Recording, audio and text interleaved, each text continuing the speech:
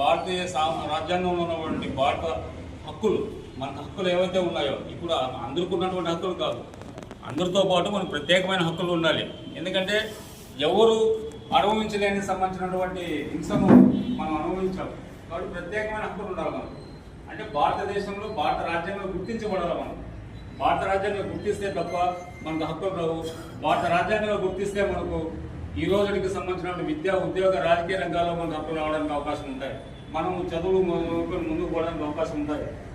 కాబట్టి మనం కోరేది ప్రత్యేకమైన డిమాండ్ ఏవైతే ఉన్నాయో మన డిమాండ్స్ భారత రాజ్యాంగంలోని సంచార విముక్త అర్థ సంచార జాతులు అనే పదాన్ని చేర్చి భారత రాజ్యాంగ హక్కులు కల్పించాలి. మనకు ఆ రాజ్యాంగ హక్కులు కల్పిస్తే తప్ప షెడ్యూల్లో పెడితే తప్ప ఈ సంచార విముక్త జాతులు సత్వరంగా అభివృద్ధి అయ్యడానికి అవకాశం లేదు.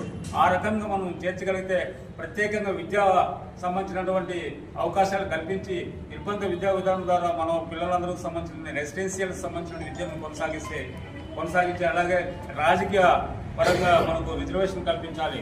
రాజకీయ పరంగా మనకు ఎందుకంటే ఈరోజు ఈ జాతులకు కానీ వ్యక్తులకు కానీ ఏదైనా శాసనం ద్వారానే మనకు పథకాలు కానీ లేదంటే సంక్షేమం కానీ అమలు అవుతాయి.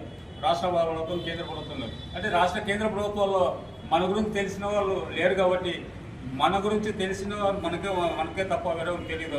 కాబట్టి సంచారం సముద్రంగా ఎవరికైతే అనుభవం ఉంటుందో ఆ జాతుల నుంచి ప్రతినిధులు పోవాల్సిన అవసరం ఉంది. శాసన మండలి కానీ శాసనసభ కానీ అలాగే పార్లమెంట్లో కానీ మన ప్రతినిధులు పోవాల్సి ఉంటుంది.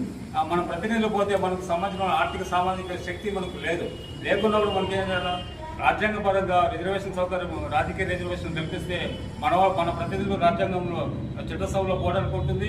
చట్టసభలో మనకు సంబంధించినటువంటి విషయాలు మాట్లాడడానికి, మనకు సంబంధించిన సంక్షేమం అమలుపరచుకోవడానికి అవకాశం ఉంటుంది. కాబట్టి చట్టసభలో పోవడానికి ప్రత్యేక రిజర్వేషన్ కావాలని, అలాగే సంచార జాతులకు సంబంధించిన అన్ని కులాలను, సామాజిక వివక్షకు గురవుతున్నటువంటి కులాలు, చుట్టూ పదాలు ఉపయోగిస్తున్నటువంటి కులాలుగా ఉన్నాయి.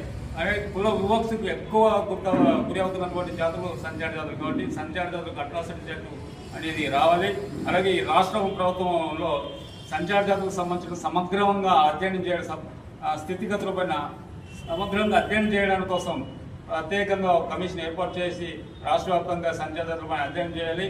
అలాగే సంచార జాతుల రాష్ట్రపతుల అభివృద్ధి కోసం సంక్షేమ బోర్డు ఏర్పాటు చేసి ఆ బోర్డు ద్వారానే మనం సంబంధించిన విద్య, ఆర్థికంగా మన వాళ్ళకు అవకాశాలు కల్పించడానికి, అలాగే మన వాళ్ళకి చాలామంది వృత్తులను మంచి చిన్న వ్యాపారాలు చేసుకుంటున్నారు. వాళ్ళందరికీ ఆర్థికంగా వాళ్ళు వ్యాపారాలు చేసుకోవడానికి ఆర్థిక సౌకర్యం, వెసులుబాటు ఇవ్వడానికి కోసం వాళ్ళందరికీ ప్రత్యేకమైన మన కార్పొరేషన్ ఉన్నాయి. ఎస్ఎస్సీ కార్పొరేషన్ అని ఉన్నాయి, మిగతా కార్పొరేషన్లు కూడా ఉన్నాయి. అంటే సంచార జాతుల యొక్క కార్పొరేషన్ ప్రత్యేకంగా కంబైన్ చేసి వీళ్ళందరికీ ప్రత్యేకంగా